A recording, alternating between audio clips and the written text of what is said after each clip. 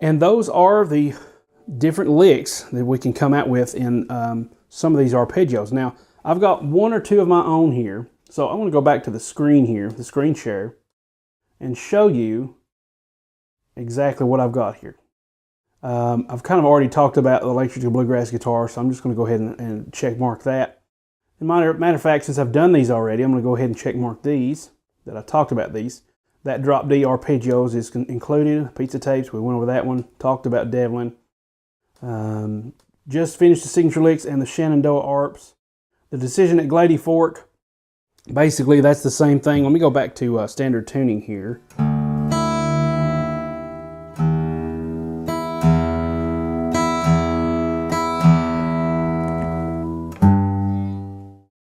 Once again, I use the G as a kind of a, make sure it's not too sharp.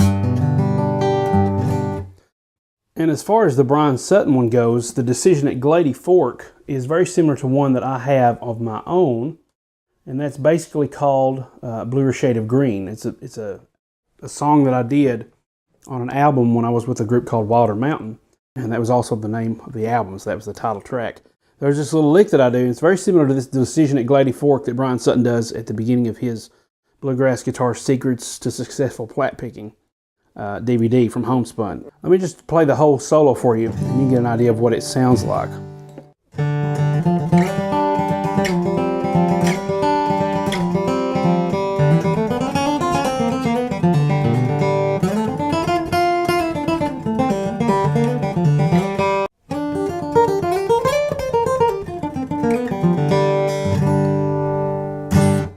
And so the little lick that I was talking about is right here in the middle.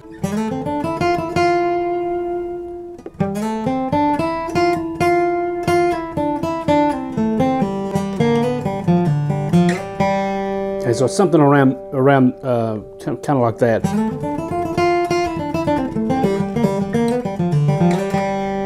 So look at my right hand while I play this little lick here from Bluer Shade of Green.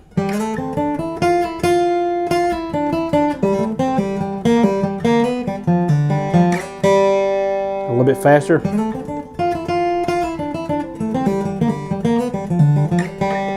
And that transition happens just like that.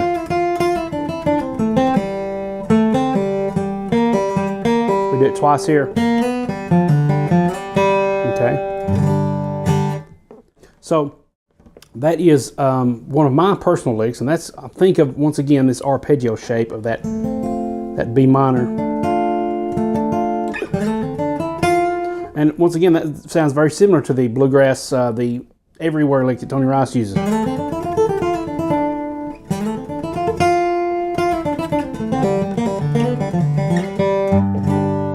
Okay, so that's the solo to Bluer Shade of Green.